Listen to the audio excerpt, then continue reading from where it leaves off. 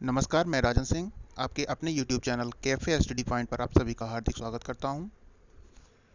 आज मैं आप लोगों के बीच सूचना तकनीकी कंप्यूटर से संबंधित कुछ महत्वपूर्ण प्रश्नों के साथ उपस्थित हुआ हूं, जो आगामी सुपर टेट की दृष्टि से बहुत ही महत्वपूर्ण है। सूचना तकनीकी से सुपर टेट में 5 प्रश्न पूछे जाते हैं। सूचना तकनीकी पर यह मेरा पहला वीडियो है और मेरा पूरा प्रयास रहेगा कि आगामी सुपर टेट में जो 5 प्रश्न सूचना तकनीकी कंप्यूटर से आते हैं, वे सभी प्रश्न हमारे द्वारा बनाए गए इन्हीं 5 पार्ट में आपको मिल जाएँ। यह वीडियो अन्य परीक्षाओं के लिए भी बहुत उपयोगी है, जहां पर कंप्यूटर से रिलेटेड प्रश्न पूछे जाते हैं। तो आइए शुरू करते हैं। कंप्यूटर कंप्यूटर क्या है? कंप्यूटर एक इलेक्ट्रॉनिक डिवाइस है जो यूज़र द्वारा इनपुट किए गए डाटा में प्रक्रिया करके सूचनाओं को रिजल्ट के रूप में प्रदान करता है। कहने का मतलब ये हुआ कि जब हम कंप्यूटर पे कोई चीज़ इनपुट करते हैं, इनपुट मीन्स कोई कमांड या निर्देश कंप्यूटर को देते हैं। जैसे फॉर एग्जांपल मान लीजिए हमें 2 और 3 जोड़ना है, तो हम कंप्यूटर को 2 और 3 जोड़ने के लिए कमांड देंगे। तो कंप्यूटर इनपुट किए गए डाटा में प्रक्रिया करके, प्रक्रिया का आशय प्रोसेस से है, प्रोसेस का कार्य CPU करता है। तो डाटा में प्रोसेस होने के बाद हमें 5 रिजल्ट के रूप में प्रदान करेगा। यही 5 जो रिजल्ट के रूप में प्रदान कर रहा है, यही आउटपुट है। इसी प्रकार कंप्यूटर अपने अन्य कार्यों को भी संपादित करता है। कंप्यूटर शब्द अंग्रेजी के कंप्यूट शब्द से बना है, जिसका अर्थ है गणना करना। इसलिए हम इसे गणक या संगणक भी कहते हैं। पुराने समय में इसका प्रयोग केवल कैलकुलेशन के लिए किया जाता था, लेकिन वर्तमान समय में इसका प्रयोग बहुत ही व्यापक रूप में किया जा रहा है। लगभग सभी क्षेत्रों में कंप्यूटर का प्रयोग किया जा रहा है। कंप्यूटर के पिता या जनक चार्ल्स बेबेज को कहा जाता है। अब बात करते हैं कंप्यूटर की विशेषता की। कंप्यूटर की विशेषताएं तो कभी कभी यहाँ से भी प्रश्न परीक्षा में बन जाते हैं। तो कंप्यूटर की विशेषताओं में पहला है गति। गति मीन्स स्पीड। दूसरा है स्मृति, तो कंप्यूटर में स्मृति होती है, मीन्स मेमोरी।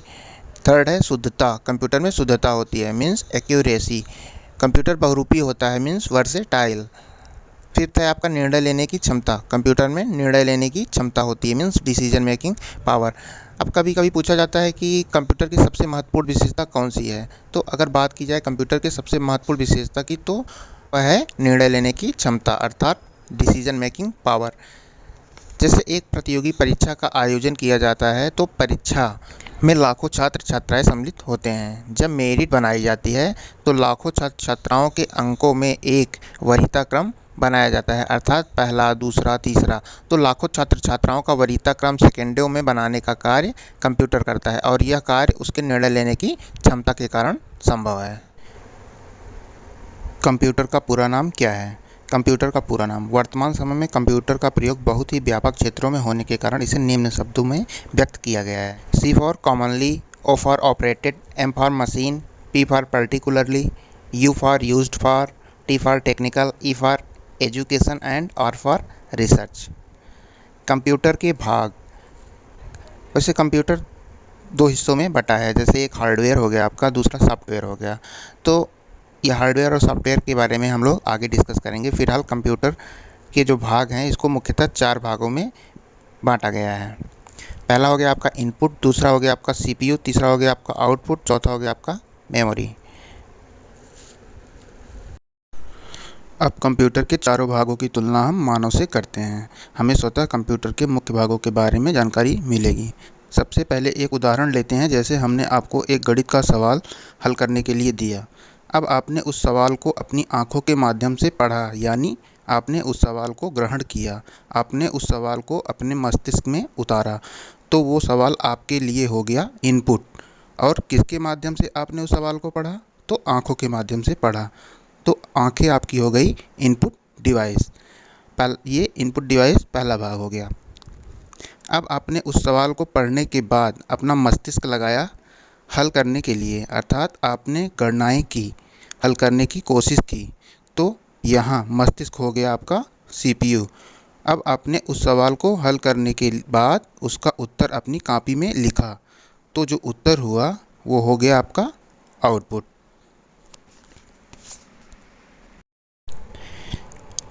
अब हम लोगों ने कंप्यूटर के 3 भागों को देख लिया है। पहला इनपुट, दूसरा CPU अर्थात प्रोसेसर, तीसरा आउटपुट। अब चौथा भाग देखते हैं मेमोरी। आपने पहले से गणित के सूत्र, जो सवाल आप हल कर रहे थे, अगर गणित का सूत्र आपने पहले से नहीं पढ़े थे, आपको याद नहीं थे, आपको कंठस्थ नहीं थे, अर्थात आपकी मेमोरी में नहीं थे, तो आप उस सवाल को नहीं हल कर पाते। इस प्रकार चौथा भाग जो हम लोग काम में लाए वो है मेमोरी। जब कोई भी चीज़ हम लोग इनपुट करते हैं तो वो सीधा सीपीयू में जाता है। CPU mean central processing unit. तो यहाँ पे प्रोसेस होने के उपरांत जो रिजल्ट प्राप्त होता है वो आउटपुट कहलाता है। जैसे मान लीजिए कि कीबोर्ड पे हम लोग कुछ टाइप कर रहे हैं, तो टाइप करने के उपरांत वो सीधा सीपीयू में जाता है। फिर सीपीयू में वो प्रोसेस होने के बाद रिजल्ट देता है। जो रिजल्ट प्राप्त होता है वही आउटपुट होता है। अब यहाँ पे सीपीयू को देखिए, सीपीयू हमेशा इनपुट और आउटपुट के मध्य कार्य करता है, तो सीपीयू को हम सेंट्रल प्रोसेसिंग यूनिट कहते हैं। तो यहाँ से एक प्रश्न ये पूछा जाता है कि सीपीयू का फुल फॉर्म क्या है, तो सेंट्रल प्रोसेसिंग यूनिट। और सीपीयू को ही कंप्यूटर का मस्तिष्क कहा जाता है, ये भी इम्पॉर्टेंट है। और सीपीयू को माइक्रो प्रोसेसर या प्रोसेसर के नाम से भी जानते हैं। अगर परीक्षा में पूछा कि सीपीयू कौन सी डिवाइस है, तो सीपीयू प्रोसेस या प्रोसेसिंग डिवाइस के नाम से जाना जाता है। अब आइए एक एक करके देखते हैं। पहले इनपुट, फिर सीपीयू, फिर आउटपुट, फिर मेमोरी। इनपुट क्या है? इनपुट से डाटा सदैव सीपीयू में जाएगा। जैसा कि ऊपर हम लोगों ने कीबोर्ड का एग्जांपल लेके पढ़ा था कि कीबोर्ड पे जब हम कोई टेक्स्ट टाइप करते हैं तो वो सीधा सीपीयू में जाता है। और जो हमारा कीबोर्ड हुआ वो इनपुट डिवाइस का एग्जांपल हुआ, और जो हम लोगों ने टाइप किया, जो प्रोसेस के लिए गया, वो आपका इनपुट हुआ। ऐसे ही माउस से अगर हम कोई चीज़ सेलेक्ट करते हैं या क्लिक करते हैं किसी चीज़ पे, तो वो हमारा इनपुट हुआ, और जो माउस हुआ वो आपका इनपुट डिवाइस हुआ। तो मानव द्वारा मशीन को दिया गया डाटा अथवा सूचना ही इनपुट कहलाता है। इनपुट डिवाइस के कुछ महत्वपूर्ण उदाहरण। तो परीक्षा में पहला प्रश्न आपका इनपुट डिवाइस से यही बनता है कि आपको 4 डिवाइसें दी रहेंगी। जैसे 3 डिवाइस आपको इनपुट की दी रहेंगी, 1 डिवाइस आपको आउटपुट का दिया रहेगा। तो आपको पहचानना होगा कि निम्न में से कौन सा इनपुट डिवाइस का एग्जांपल नहीं है। तो आपको पता होना चाहिए कि कौन सी डिवाइस इनपुट की है, कौन सी आउटपुट की है। और ऊपर हमने सीपीयू के बारे में पढ़ा, तो सीपीयू प्रोसेसिंग डिवाइस या प्रोसेस डिवाइस है, इसको याद रखेंगे। तो इनपुट डिवाइस के अंतर्गत पहला हमारा हो गया कीबोर्ड। इसे हम याद रखेंगे कि ये इनपुट डिवाइस का एग्जाम्पल है। अब हम कीबोर्ड से बनने वाले प्रश्नों को भी यहीं पे देख लेते हैं कि कीबोर्ड से क्या क्या प्रश्न बन सकते हैं परीक्षा में। कंप्यूटर लैपटॉप में प्रयोग किया जाने वाला कीबोर्ड क्वार्टी कीबोर्ड के नाम से प्रचलित है, जो कि स्मार्टफोन में हम क्वार्टी कीपैड के नाम से भी जानते हैं। क्या आप लोगों ने कभी सोचा कि इसका नाम क्वार्टी कीपैड क्यों पड़ा? तो आइए चित्र के माध्यम से समझते हैं। यहाँ पे सबसे ऊपर आप देख रहे होंगे जो अल्फ़ाबेट लिखा है, ये QWERTYUIOP इसी फॉर्मेट में लिखा है। तो इसमें जो स्टार्टिंग का 6 लेटर है वो क्वालिटी ही लिखा है, तो इसलिए इसको हम क्वालिटी कीपैड के नाम से जानते हैं।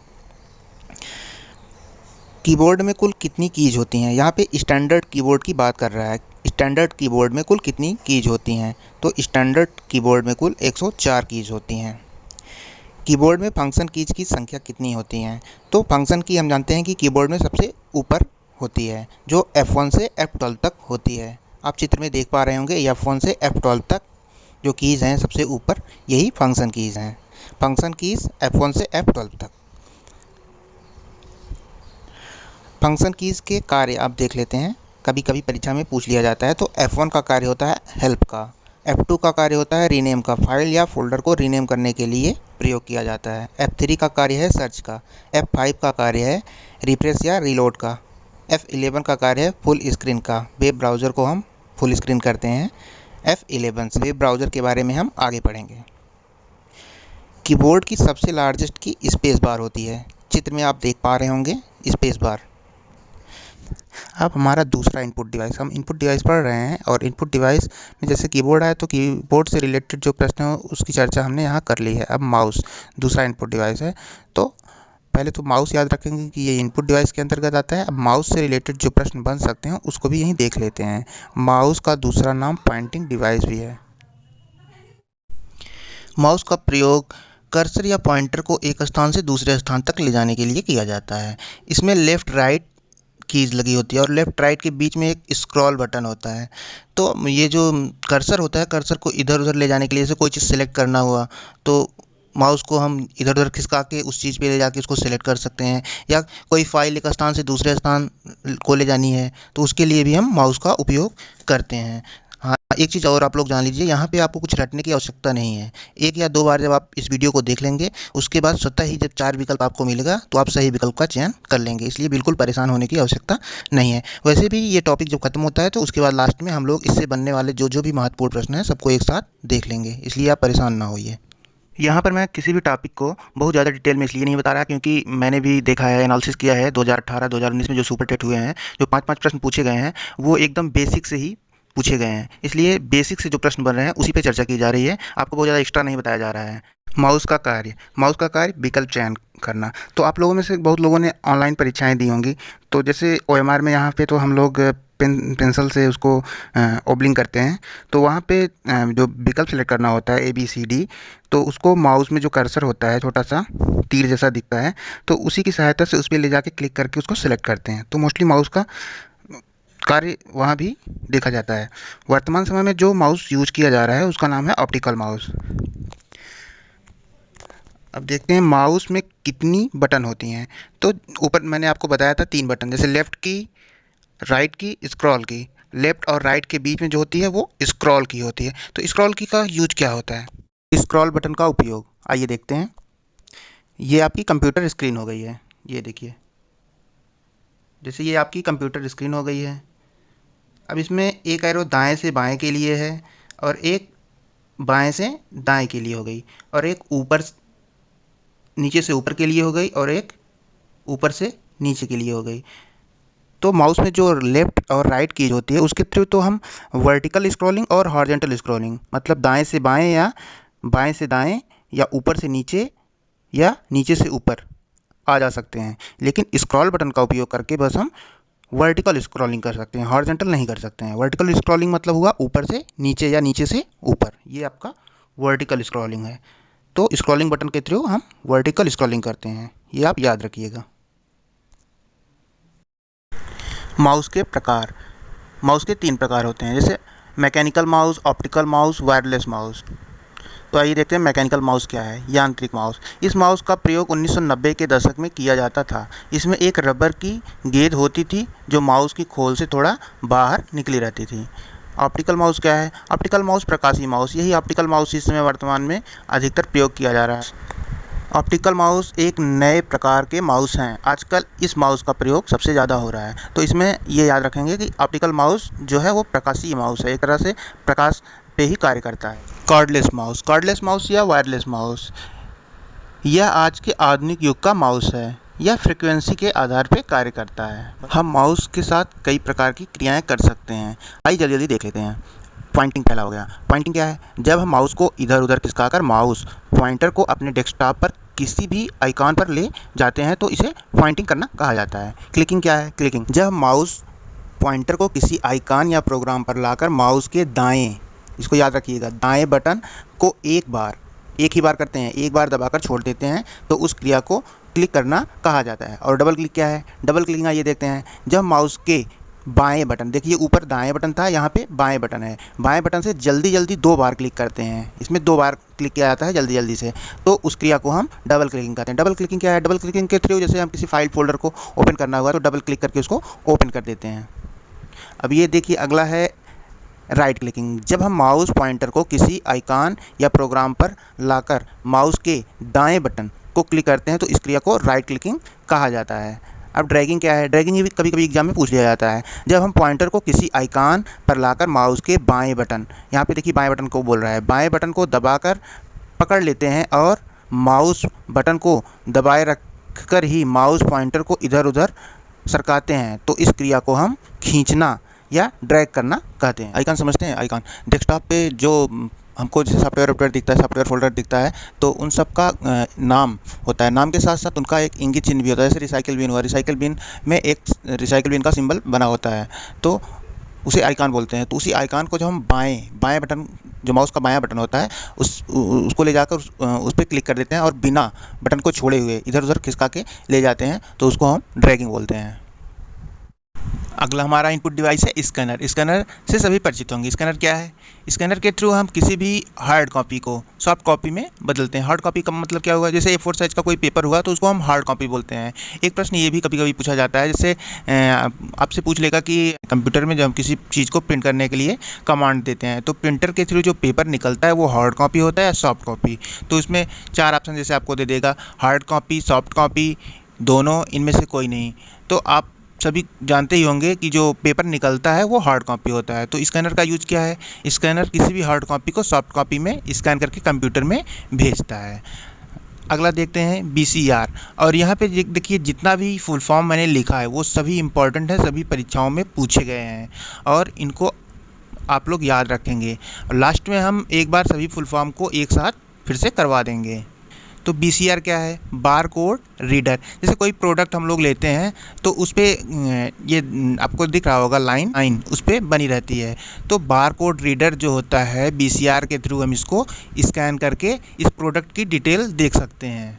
तो इसके लिए BCR यूज किया जाता है। अगला है MICR। MICR का फुल फॉर्म क्या होता है? ये भी बहुत इंपॉर्टेंट है, इसको याद रखेंगे। फुल फॉर्म जितने भी हैं सब याद रखेंगे। मैग्नेटिक इंक कैरेक्टर रीडर, कहीं कहीं इसको रिकॉग्निशन भी बोलते हैं, तो दोनों याद रखेंगे। MICR का उपयोग क्या है? MICR का उपयोग बैंकों में जो चेकबुक होता है, चेकबुक के नीचे जो चुंबकीय स्याही में जो कुछ अंक लिखे होते हैं उसी को रीड करने के लिए इसका उपयोग किया जाता है। तो आप ये देख रहे हैं, जैसे आपका ये चेक हो गया, 1 मिनट दिखाते हैं। जैसे ये मान लीजिए आपका ये चेक हो गया, तो चेक में यहाँ नीचे की तरफ अंकों में कुछ लिखा होता है और जो चुंबकीय स्याही में लिखा होता है। तो MICR जो होता है ये इसे रीड करता है, इसका यही यूज होता है। अब अगला देखते हैं। अगला है OMR। OMR से तो आप सभी परिचित होंगे। OMR वही है जो एग्ज़ाम देते समय, मतलब जब आप एग्ज़ाम देते हैं तो आपको OMR सीट मिलती है, वही OMR है। OMR का फुल फॉर्म क्या होता है? Optical mark reader. तो जो आपकी OMR सीट होती है वो OMR ऑप्टिकल मार्क रीडर के थ्रू जांची जाती है। OMR का उपयोग परीक्षा में दिए गए OMR सीट की जांच हेतु किया जाता है। अगला है QR कोड। QR कोड का मतलब होता है क्विक रिस्पांस कोड। आजकल QR कोड का बहुत ज़्यादा ही प्रयोग किया जाता है। आप आधार कार्ड में भी देखे होंगे तो वहाँ पे QR कोड ही यूज किया जाता है। QR कोड ऐसे मतलब एक बॉक्स होता है, उसमें डॉट डॉट डॉट डॉट करके, जैसे यहाँ पे दिखाया गया है, एक बॉक्स है, बॉक्स में कुछ डॉट डॉट डॉट करके, तो इस तरह का ये होता है QR कोड। QR कोड को रीड करने के लिए QR स्कैनर एप्लीकेशन होता है, उसी का यूज किया जाता है QR कोड को रीड करने के लिए। तो यहाँ पे आपने देखा BCR, MICR, OMR, QR, ये सब आपके इनपुट डिवाइस के एग्जाम्पल में आएंगे। और अगला हमारा इनपुट डिवाइस का एग्जांपल है माइक्रोफोन या माइक। माइक्रोफोन या माइक के थ्रू हम अपना वॉइस रिकॉर्ड करके कंप्यूटर में भेजते हैं। जैसे हम कोई वॉइस रिकॉर्ड करते हैं तो कंप्यूटर में सेव होता है, मोबाइल में सेव होता है, इसलिए माइक या माइक्रोफोन इनपुट डिवाइस के अंतर्गत आते हैं। अगला हमारा इनपुट डिवाइस है जॉयस्टिक। जॉयस्टिक का उपयोग क्या है? जॉयस्टिक का उपयोग हम गेम खेलते समय करते हैं। तो जॉयस्टिक से 2 प्रश्न यहाँ बनते हैं। एक तो आपको ये याद रखना है कि ये इनपुट डिवाइस के अंतर्गत आता है, दूसरा ये पूछ सकता है कि जॉयस्टिक का उपयोग किया जाता है। तो जॉयस्टिक का उपयोग गेम खेलने में किया जाता है। अगला हमारा इनपुट डिवाइस का एग्जांपल है लाइट पेन। लाइट पेन एक इनपुट डिवाइस होने के साथ साथ एक इलेक्ट्रो ऑप्टिकल पॉइंटिंग डिवाइस भी है, जिसका प्रयोग ड्राइंग बनाने के लिए, ग्राफिक्स बनाने के लिए, मेन्यू का चुनाव करने के लिए किया जाता है। इसके अलावा इनपुट डिवाइस में थंब स्कैनर है, चित्र में आप देख पा रहे होंगे। बायोमेट्रिक है, बायोमेट्रिक भी आपका इनपुट डिवाइस का एग्जांपल है।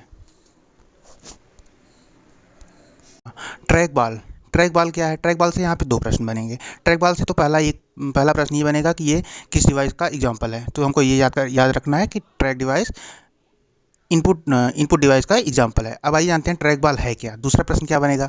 जैसे ट्रैक बॉल से हमारा जो दूसरा प्रश्न बनेगा वो इस तरह से बन सकता है कि ट्रैक बॉल एक उदाहरण है सॉफ्टवेयर डिवाइस का, प्रोग्रामिंग डिवाइस का, पॉइंटिंग डिवाइस का, प्रिंटिंग डिवाइस का। तो ट्रैक बॉल एक पॉइंटिंग डिवाइस है, ये हमको याद रखना है। आइए कुछ और इनपुट डिवाइस के एग्जांपल देखते हैं। जैसे जॉयस्टिक आपने देख लिया, लाइट पेन देख लिया, ट्रैक बॉल देख लिया, टच स्क्रीन जो है, टच स्क्रीन भी आपका इनपुट डिवाइस का एग्जांपल है। और आपका कीबोर्ड आपने ऊपर देख लिया, माउस देख लिया, स्कैनर देख लिया, OCR देख लिया, OBR देख लिया, OMR देख लिया, QR देख लिया। इतना काफ़ी है इनपुट डिवाइस के लिए। अब चलते हैं अगला पॉइंट। अगला हमारा है CPU। CPU central processing unit. अब यहाँ पर CPU से बहुत सारे प्रश्न बन सकते हैं। जैसे पहला प्रश्न ये बन सकता है कि जैसे आप लोगों ने ऊपर पढ़ा कि कंप्यूटर को मुख्यतः 4 भागों में बांटा गया है। तो पहला इनपुट था, दूसरा CPU था, तीसरा आउटपुट था, चौथा मेमोरी था। तो ये याद रखना है कि CPU कंप्यूटर का एक भाग है। दूसरा प्रश्न ये बन सकता है कि आपसे पूछ सकता है कि CPU का फुल फॉर्म क्या है, तो ये भी याद रखना है, सेंट्रल प्रोसेसिंग यूनिट। तीसरा प्रश्न ये बन सकता है कि कंप्यूटर का मस्तिष्क कहा जाता है, तो हम लोगों को ये भी याद रखना है कि CPU को ही कंप्यूटर का मस्तिष्क कहा जाता है, मस्तिष्क कहा जाता है। चौथा प्रश्न ये बन सकता है कि CPU को कितने भागों में बांटा गया है, तो कहीं कहीं हमको 2 मिलता है, कहीं कहीं 3 मिलता है, तो हम 3 देख लेते हैं क्या क्या है। CPU के भाग, CPU को 2 या 3 भागों में बांटा गया है, वैसे 3 याद रखेंगे। पहला है CU मतलब कंट्रोल यूनिट। दूसरा है ALU का फुल फॉर्म होता है अर्थमेटिक लॉजिक यूनिट। ये दोनों फुल फॉर्म बहुत ही इंपॉर्टेंट, जितने फुल फॉर्म मैंने बताए सब बहुत इंपॉर्टेंट हैं। अब देखते हैं तीसरा भाग क्या है। जैसे CPU का यहाँ पे आप देख सकते हैं, पहला पार्ट हो गया CU control unit, ALU arithmetic logic unit, और तीसरा है MU मेमोरी यूनिट इसको कहते हैं। इसको कहीं कहीं रजिस्टर भी बोलते हैं। ये अस्थायी सूच्यतम और तेज होता है। अब यहाँ से देखते हैं CU का फुल फॉर्म कंट्रोल यूनिट हो गया। अर्थमेटिक लॉजिक यूनिट मतलब हो गया गणितीय व तार्किक इकाई। अच्छा, एक चीज़ और आप लोग देखिए, आइए देखते हैं। जैसे ये जो है, ये मॉनिटर है, इसको तो सभी लोग जानते होंगे, UPS। पहली चीज़ तो UPS का फुल फॉर्म बहुत इंपॉर्टेंट है। UPS का फुल फॉर्म पूछ सकता है। UPS का फुल फॉर्म होता है अनइंटरप्टेड पावर सप्लाई, मतलब बिना बाधित बिजली आपूर्ति। UPS का कार्य ये होता है कि जैसे पहले इन्वर्टर नहीं होता था, तो उस समय जैसे कि हम कंप्यूटर पे कार्य कर रहे हैं और अचानक लाइट कट गई। अचानक लाइट कटने से हमारा फाइल, अगर फाइल को हम लोगों ने सेव नहीं किया है, तो वो ऑटोमेटिक डिलीट हो जाती थी। तो ऐसे में जैसे लाइट कटता था तो UPS के थ्रू थोड़ी देर तक लाइट की सप्लाई आती थी और हम अपनी फाइल को सेव करके कंप्यूटर को ईजिली शट डाउन कर देते थे। तो UPS का फुल फॉर्म आप लोग याद रखेंगे और UPS का कार्य आप लोगों ने जान लिया है। और ये आपको दिख रहा होगा, सभी लोग इसको CPU के नाम से जानते हैं, लेकिन ये एक तरह का कैबिनेट है, मतलब एक तरह का डिब्बा, बॉक्स बोल सकते हैं। CPU होता क्या है, जैसे यहाँ पे आप देख रहे हैं रेड कलर का ये पूरा, इसको हम मदरबोर्ड के नाम से जानते हैं, और इसको हम चिप कह सकते हैं, कार्ड कह सकते हैं, एक तरह का प्लेट कह सकते हैं। ये जो प्लेट होता है, ये चिप होता है, कार्ड होता है, जो भी आप कहें, ये आपके इसी CPU के अंदर होता है। और इसी मदरबोर्ड पे ही एक छोटा सा चिप, ये आप देख पा रहे होंगे, छोटा वाला जो रेड कलर का बॉक्स है, ये आपका CPU है, ये इसी पे लगा होता है। ALU अर्थमेटिक लॉजिक यूनिट, गणितीय व तार्किक इकाई। तो जो जोड़, घटाव, गुणा, भाग, ये सब संक्रियाएँ होती हैं, ये सब ALU में संपादित होती हैं। पूरे कंप्यूटर का नियंत्रण केंद्र या कंप्यूटर का मस्तिष्क किसे कहा जाता है? CPU को। अच्छा, अगर मान लीजिए जैसे कि पूछ लिया कि कंप्यूटर का मस्तिष्क किसे कहते हैं, उसमें CPU का ऑप्शन ना दिया हो, CPU की जगह आपको CU और ALU दिया हो, इसके अलावा कोई 2 विकल्प और दिया हो, तो उस समय कौन सा विकल्प चूज करेंगे? तो उस समय हम हमेशा ALU का विकल्प चूज करेंगे, क्योंकि ALU जो है वो CPU का ब्रेन एक तरह से है, और CU जो है वो CPU का एक तरह से हार्ट है। तो इसलिए हम ALU को वहाँ पे सेलेक्ट करेंगे। CU कंट्रोल यूनिट, देखिए CU की बात कर रहा है, कंट्रोल यूनिट, इसका फुल फॉर्म भी आप याद रखेंगे। CU मतलब कंट्रोल यूनिट। CPU का नियंत्रण केंद्र है, अर्थात CPU में होने वाले समस्त कार्यों का नियंत्रण CU करता है, इसीलिए इसको CPU का हार्ट कहते हैं। विश्व में सर्वाधिक CPU का निर्माण किस कंपनी द्वारा किया जा रहा है? ये भी प्रश्न पूछा गया है। इंटेल, विश्व में सर्वाधिक CPU का निर्माण इंटेल कंपनी द्वारा किया जाता है, तो ये आप याद रखिएगा, इंटेल सबसे ज़्यादा CPU का निर्माण कर रही है। इस वीडियो में कंप्यूटर के 4 भागों में से हम लोगों ने इनपुट डिवाइस CPU को डिस्कस कर लिया है। अगली वीडियो में हम मेमोरी और आउटपुट डिवाइस को भी डिस्कस कर लेंगे। इसके साथ ही अन्य जो टॉपिक होगा उसको भी कवर करेंगे। थैंक यू, मिलते हैं नेक्स्ट वीडियो में।